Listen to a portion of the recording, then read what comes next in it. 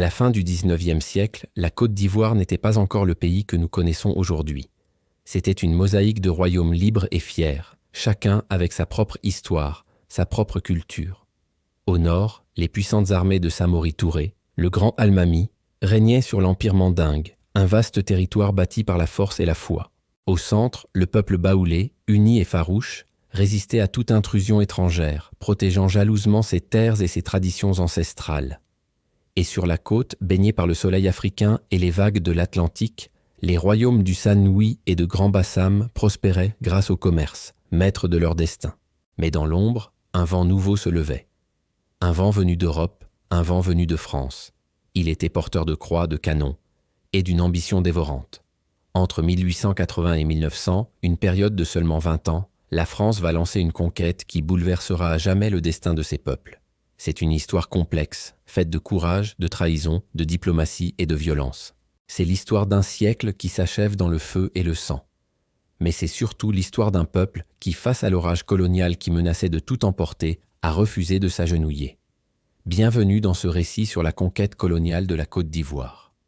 Tout commence non pas avec le bruit des canons, mais avec le murmure d'un nom, Marcel Trèche-Laplaine.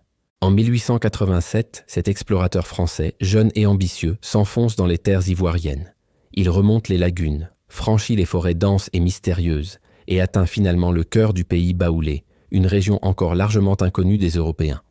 Sa mission n'est pas de faire la guerre, du moins pas encore. Sa mission est de signer des traités. Au nom de la France, il propose aux chefs africains des traités de protection. Imaginez la scène.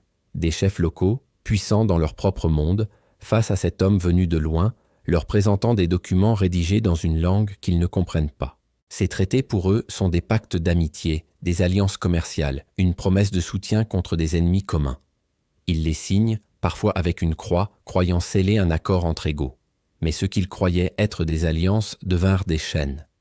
Sous l'encre de ces signatures, la colonisation prenait racine, discrètement mais fermement. La protection promise était en réalité une soumission déguisée. Chaque traité était une pierre de plus à l'édifice colonial que la France construisait. Le piège se referme en 1893. Fort de ces documents, la France proclame officiellement la création de la colonie de Côte d'Ivoire, un pays que personne ne lui avait donné. Un territoire immense, conquis sans bataille décisive, non pas par la supériorité militaire sur le terrain, mais par la ruse et ce qu'on peut appeler la diplomatie du mensonge. Pour la plupart des peuples de l'intérieur, la vie continuait comme avant. Ils ne savaient pas encore que sur un morceau de papier, à des milliers de kilomètres de là, leur terre ne leur appartenait plus. Ils ne savaient pas que derrière le traité et la plume venait le fusil, et que la soi-disant pacification allait bientôt commencer.